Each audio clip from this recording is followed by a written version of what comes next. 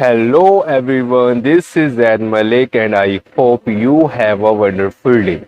तो बच्चों आज हम पढ़ने जा रहे हैं class 10 chapter real numbers exercise 1.1 का थर्ड क्वेश्चन। स्टेटमेंट है बच्चों, an army contingent of 616 members is to march behind on army band of 32 members in a parade. The two groups are to march in the same number of columns. What is the maximum number of columns in which they can march? तो बच्चों ये question हमें क्या कहना चाह रहा है कि एन आर्मी कॉन्टिजेंट, आर्मी की टुकड़ी एक है जिसमें 616 मेंबर्स हैं और वो मार्च कर रही है किसके पीछे? आर्मी बैंड के पीछे जिसमें 32 मेंबर्स है इन ए परेड।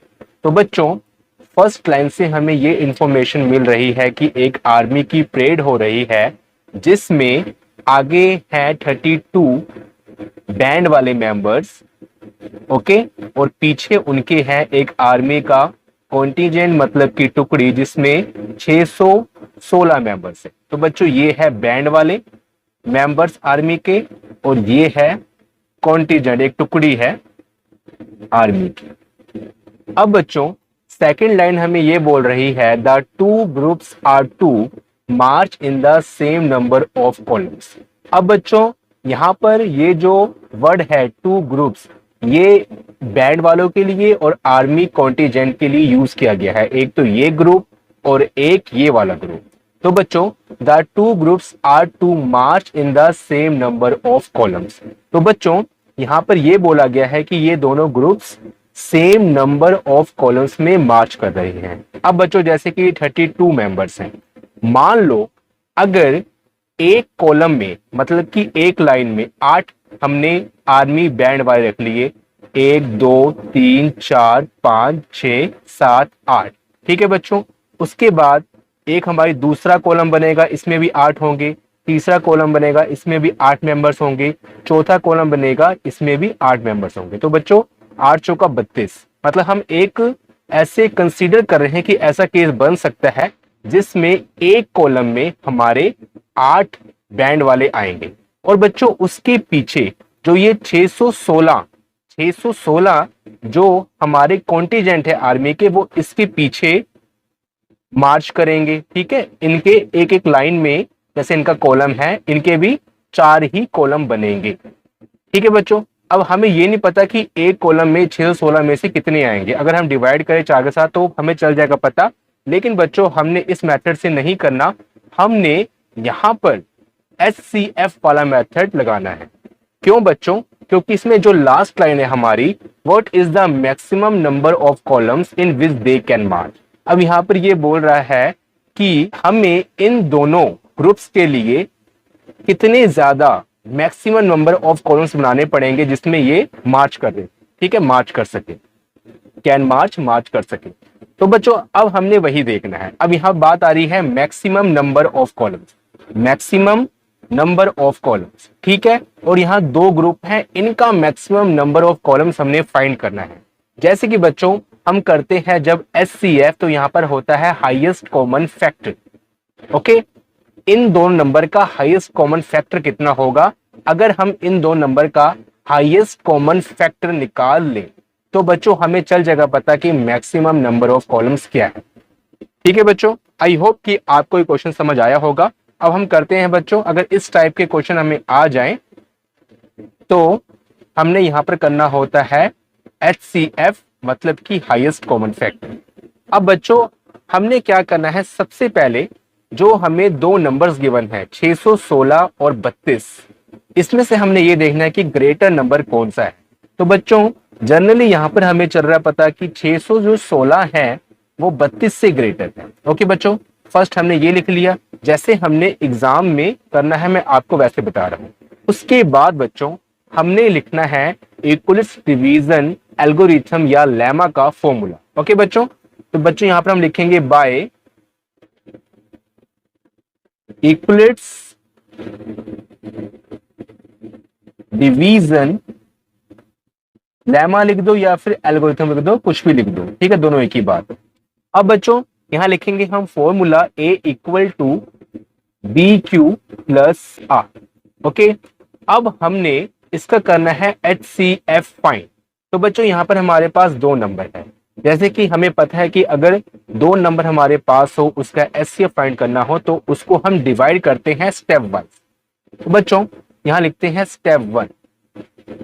एक बात मैं आपको फिर बता दूं, ए हमारा क्या होता है डिविडेंड, बी होता है डिवाइजर, क्यू होता है क्वोशिएंट एंड आर होता है रिमाइंडर। अगर मैं प्रैक्टिकली आपको बताऊं तो बच्चों जब हम डिवाइड करते हैं तो ए को रखते हैं अंदर, बी को रखते हैं लेफ्ट हैंड साइड में, क्यू हमारा आता है राइट हैंड साइड में और आर हमारा आता है डाउन।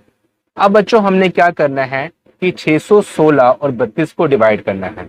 जो नंबर हमारा बड़ा है, जैसे कि 616 बड़ा है, उसको हम डिवाइड करते समय अंदर रखेंगे और 32 को बच्चों हम बाहर रखेंगे। इसको बच्चों हम डिवाइड करेंगे तो 32 के टेबल पर 1 पर आता है 32।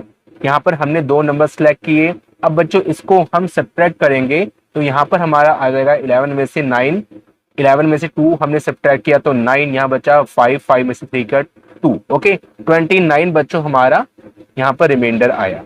ठीक है, अभी ये रिमाइंडर नहीं है अभी क्योंकि यहाँ पर 6 बाकी है। इस बच्चों 6 को भी हम नीचे कैरी कर लेंगे। ओके, अब बच्चों हम 32 टेबल पे देखेंगे कि 296 कहां पर आता है। तो बच्चों 296 तो नहीं आता, बट 9 पे हमारा आता है 288, 288 आता है। अब बच्चों हमारा रिमाइंडर कितना बच गया, 8 बच गया। अब देखिए 8 है वो स्मॉल है 32 से, अब क्या है कि आगे डिवाइड नहीं होगा तो 8 हमारा क्या है रिमाइंडर है। अब बच्चों ये सारे एलिमेंट्स को हम इस फॉर्मूले के अकॉर्डिंग यहाँ पर लिख लेंगे। सबसे पहले ए है डिविडेंड, डिविडेंड हमारा है 616, तो बच्चों इसको हम यहाँ लिख लेंगे equal to b q, b हमारा है डिवाइजर, यहाँ पर डिवाइजर है हमारा 32, 32 और क्यू और बी मल्टीप्लाई में है तो मल्टीप्लाई क्यू की वैल्यू हमारे पास क्या है 19 एंड प्लस आर क्या है रिमाइंडर, रिमाइंडर हमारा 8 है। ओके बच्चों, अब देखिए मैंने ऐसे आपको बताया था पीछे कि हमें डिवाइड कहां तक करना होता है जब तक हमारा रिमाइंडर 0 नहीं आता। तो बच्चों यहाँ पर रिमाइंडर हमारा 8 आया है तो इसका मतलब है हमारा सेकंड स्टेप भी होगा क्योंकि हमने रिमाइंडर 0 लाना। अब बच्चों यहाँ करते हैं स्टेप 2। ओके, अब बच्चों हम क्या करेंगे कि जब हम नेक्स्ट स्टेप करते हैं तो जो हमारा डिवाइजर होता है वो डिविडेंड में कन्वर्ट हो जाता है और बच्चों जो हमारा रिमाइंडर आता है पिछले स्टेप में वो हमारा कन्वर्ट हो जाता है डिवाइजर में। तो बच्चों 8 के टेबल पे 32 कहाँ आता है, 4 पे आता है 32। ओके, तो बच्चों ये हो गया हमारा। ओके, अब बच्चों यहाँ पर क्या है रिमाइंडर हमारा आ गया 0। अब देखिए यहाँ रिमाइंडर बच्चों हमारा 0 आ गया तो हमने डिवाइड को इस प्रोसेस को यहीं रोक देना है। अब ये सारे एलिमेंट्स बच्चों हम यहाँ पर लिख देंगे। ओके, अब बच्चों हमारा जो फॉर्मूले के अकॉर्डिंग ए कितना है 32 है, डिविडेंड इक्वल टू, अब बच्चों यहां पर हमारा डिवाइजर है 8 इनटू क्वोशिएंट हमारा है 4 and plus 0।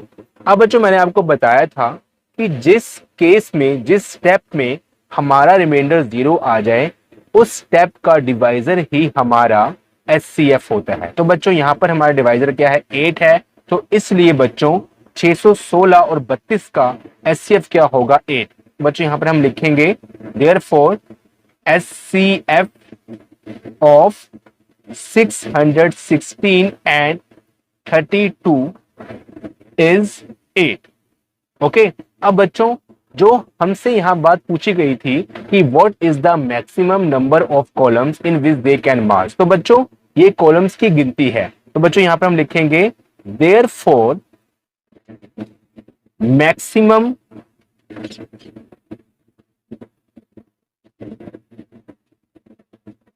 Number columns in which they can march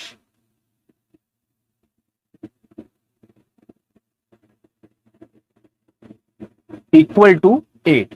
okay बच्चों, तो हमारे 8 कॉलम होंगे जिसमें ये दोनों ग्रुप्स बैंड वाले और आर्मी की टुकड़ी मार्च कर सकते हैं। ओके बच्चों, तो हमने मैक्सिमम नंबर ऑफ कॉलम्स की गिनती फाइंड कर ली। तो स्टूडेंट आई होप कि आपको क्वेश्चन 3 समझ आया होगा। अगर आपको वीडियो से कुछ बेनिफिट हुआ तो प्लीज वीडियो को लाइक करें, अपने फ्रेंड्स के साथ इस वीडियो को शेयर करें, और अगर आपने अभी तक हमारे चैनल को सब्सक्राइब नहीं किया है तो प्लीज सब्सक्राइब कर लें।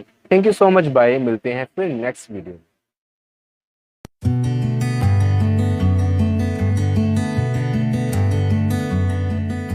Please subscribe my channel. Thank you.